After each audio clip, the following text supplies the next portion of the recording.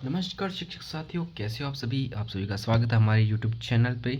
तो आज हम करने वाले हैं कक्षा 5 की जो कि अपनी डायरी है, शिक्षण योजना डायरी सतत एवं व्यापक मूल्यांकन। उसका आज हम करने वाले हैं, दूसरी योजना बनाने वाले शुरू करने वाले हैं। तो पहली योजना आपको मैंने बना के दिखा दिया था, आज हम दूसरी योजना बनाने वाले हैं। सेकंड योजना, सेकंड टर्म की है। टर्म में आप ध्यान रखना, जो टर्म चल रही है अब, जैसे तो नवंबर से मैंने दिसंबर की बनाई है, मैंने आपको दिखाने के लिए बना दिया पहले ही। तो 26 नवंबर से, कल से, जो कि 10 दिसंबर आगे आएगा, उसमें अपने एक योजना बनाई है। तो देखो इसमें मैंने क्या ऐड किया है, ये टॉपिक देखो। सबसे पहले अध्याय का नाम यहाँ पे लिखना अब ज़रूर से, कि गणितीय तर्कशीलता और अधिसंज्ञान। ठीक है, ये अपना टॉपिक है।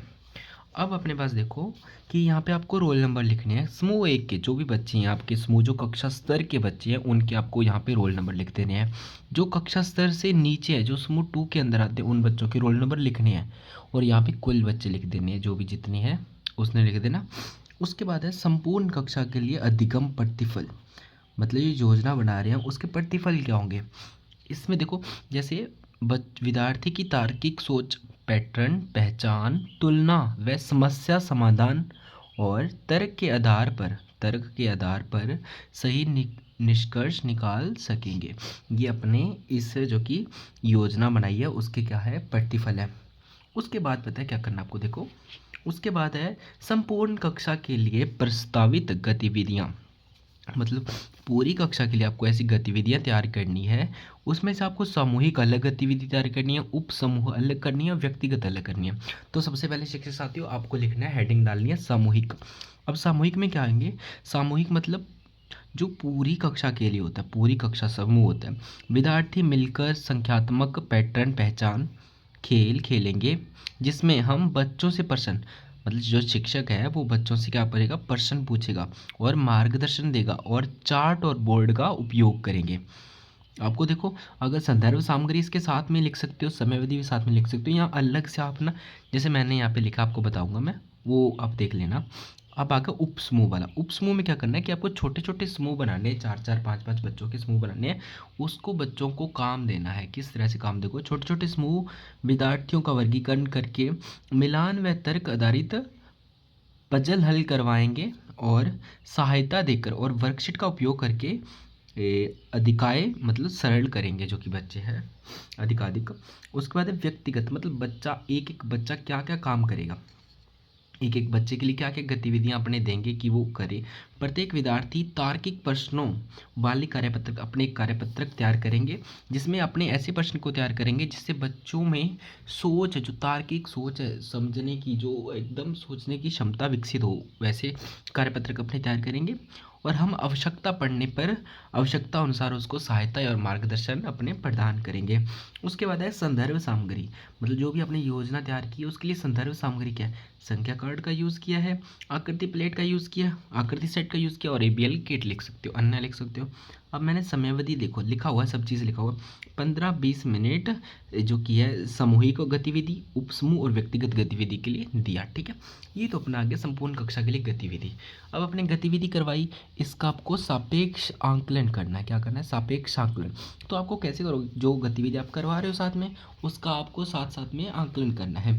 विद्यार्थियों, आंकलन किस तरह से करेंगे बच्चों का, विद्यार्थियों को पहले तो अपने देखेंगे, अवलोकन करेंगे उसका, फिर उसके वर्कशीट को चेक करेंगे कि वो किस प्रकार से वर्कशीट को भर रहा है, फिर उससे मौखिक प्रश्न पूछेंगे, फिर प्रश्न, मौखिक प्रश्न पूछ के फिर उसको ये देखेंगे कि वो अपने आसपास के जो बच्चे हैं उनमें समूह है, समूह में सहभागिता कैसी है, वो भाग ले रहा है एक्टिविटी में, नहीं ले रहा, गतिविधि में भाग ले रहा है नहीं ले रहा।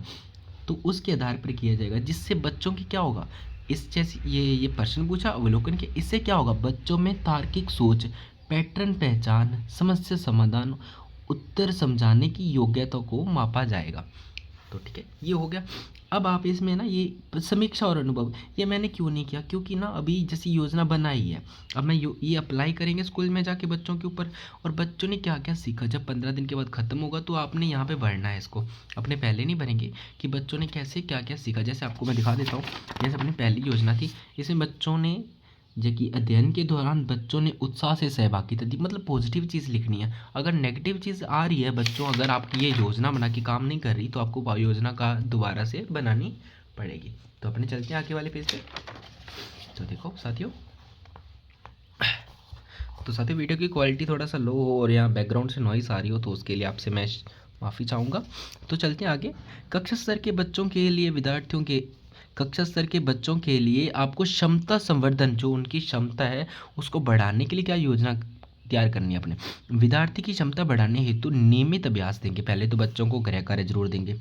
समस्या समाधान की गतिविधियाँ जैसे समूह कार्य, समूह में सह कार्य देंगे, और गणितीय खेल, मानसिक गणना और तथा वास्तविक जीवन, जो अपना बाहरी जीवन है उसमें जैसे उदाहरण द्वारा कौशल विकसित करेंगे। जैसे जो भी अपने क्लास में पढ़ाएंगे, जो भी चीज़ करवाएंगे उसको अपने वास्तविक जीवन से जोड़ते जोड़ते बच्चों को एक्टिविटी करवाएंगे, जो भी करवाएंगे।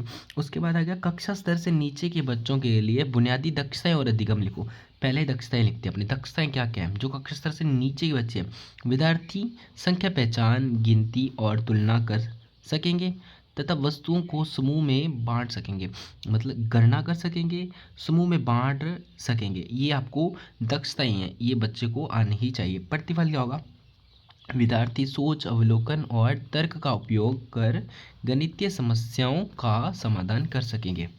उसके बाद है देखो, कक्षा स्तर से नीचे के जो कि विद्यार्थी है उनके लिए आप क्या गतिविधियां लेंगे। सामूहिक, उपसमूह और व्यक्तिगत, तीनों प्रकार की गतिविधियां लिखनी है।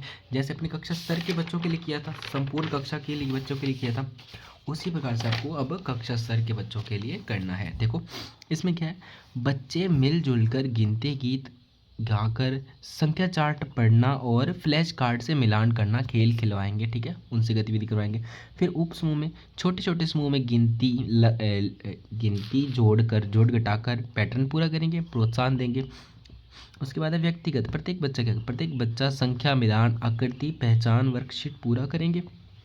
जो भी आपका टॉपिक है उससे संबंधित आपको यहाँ पे कुछ उद्देश्य या पॉइंट आपको लिखने हैं। उसके बाद है संदर्भ सामग्री, फ्लैश कार्ड, संख्या कार्ड, आकृति, कार्यपत्र। समयावधि है 10 मिनट सामूहिक दे दिया, 15 मिनट उप समूह और 10 मिनट अपने व्यक्तिगत के लिए दे दिया। अब आपने ये प्राप्त कर लिया। अब इसकी उपलब्धि क्या है। उपलब्धि अपने शुरू में भी लिख सकती है। विद्यार्थी में संख्या पहचान, गिनती, पैटर्न समझ, तुलना और सरल समस्या समाधान करने की क्षमता विकसित हुई। तो आपको यहाँ पे वही समीक्षा करनी है कि आपने ये करवाया और इसके क्या क्या रिजल्ट हुए, प्राप्त हुए। तो मैं आशा करता हूँ आपको वीडियो अच्छी लगी हो। अगर वीडियो अच्छी लगी हो तो ज़रूर लाइक करें, चैनल को ज़रूर सब्सक्राइब करें। आगे जो भी शिक्षक के रिलेटेड जो भी वीडियोज़ होगी मैं डालने की ज़रूर कोशिश करूँगा। और कोई गलती हो तो मुझे कमेंट्स में ज़रूर बताएं, ताकि मैं आगे जो भी वीडियो बनाऊं उसमें उस गलती को मैं सुधार सकूं। तो मिलते हैं नेक्स्ट वीडियो में, तब तक बाय बाय।